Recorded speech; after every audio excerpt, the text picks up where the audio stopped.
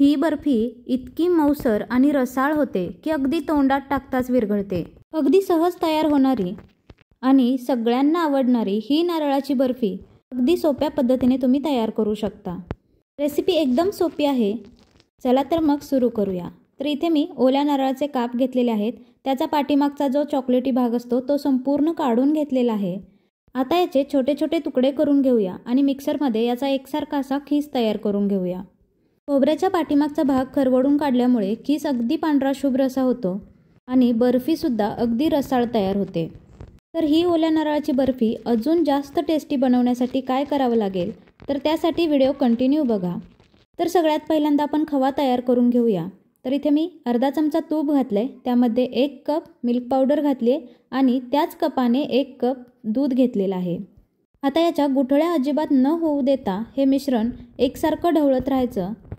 अगदी 1.5 ते 2 मिनिटांमध्ये हा खवा तयार होतो। तुमच्याकडे जर बाजारातून विकत आणलेला खवा असेल तर तो वापरला तरीसुद्धा चालेल किंवा मग दूध आटवून त्याचा खवा बनवून घेतला तरीसुद्धा चालेल।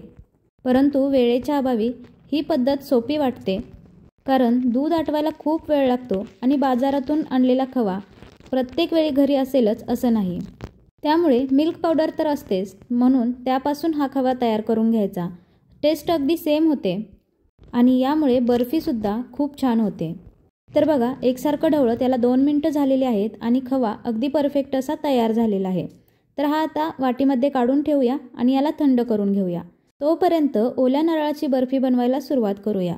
तर त्यासाठी हा जो किस करून घेतलेला आहे तो पहिल्यांदा मोजून घेऊया, म्हणजे याच प्रमाणात गूळ किती वापरायचं याचं मेजर आपल्याला परफेक्ट कळेल।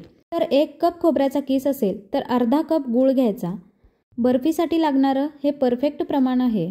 तुम्ही ही बर्फी बनवण्यासाठी साखर वापरा किंवा मग गूळ वापरा, प्रमाण सेमच राहील। 1 वाटी खोबऱ्याचा किस घेतला तर अर्धी वाटी गूळ मग किंवा साखर तुम्ही वापरू शकता। तर 2 मिनिटं तुपामध्ये हा खीस परतून घ्यायचा। खीस थोडासा कोरडा झाला असं वाटत आलं की यामध्ये अर्धा कप गूळ घालायचा। गूळ अगोदरच बारीक चिरून घ्यायचा, म्हणजे लगेचच विरघळेल।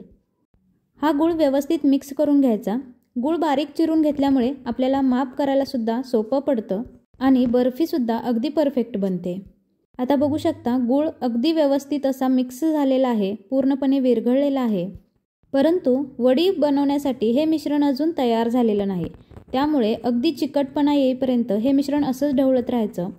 थोडीशी इलायची पावडर घातली फ्लेवरसाठी, पुन्हा मिक्स करून घेऊया। मिल्क पावडरचा जो खवा बनवलेला आहे तो सुद्धा व्यवस्थित मिक्स करून घ्यायचा। हे सगळं मिश्रण अगदी एकजीव असं करून घ्यायचं। साखर घालून ज्यावेळी आपण बर्फी बनवतो त्यावेळी आपण दूधसुद्धा वापरतो, त्यामुळे बर्फी अगदी चविष्ट होते आणि पांढरी शुभ्र दिसायला मदत होते। परंतु आपण गुळापासून ही बर्फी बनवतोय आणि यामध्ये जर दूध घातलं तर ते फाटलं जाऊ शकतं।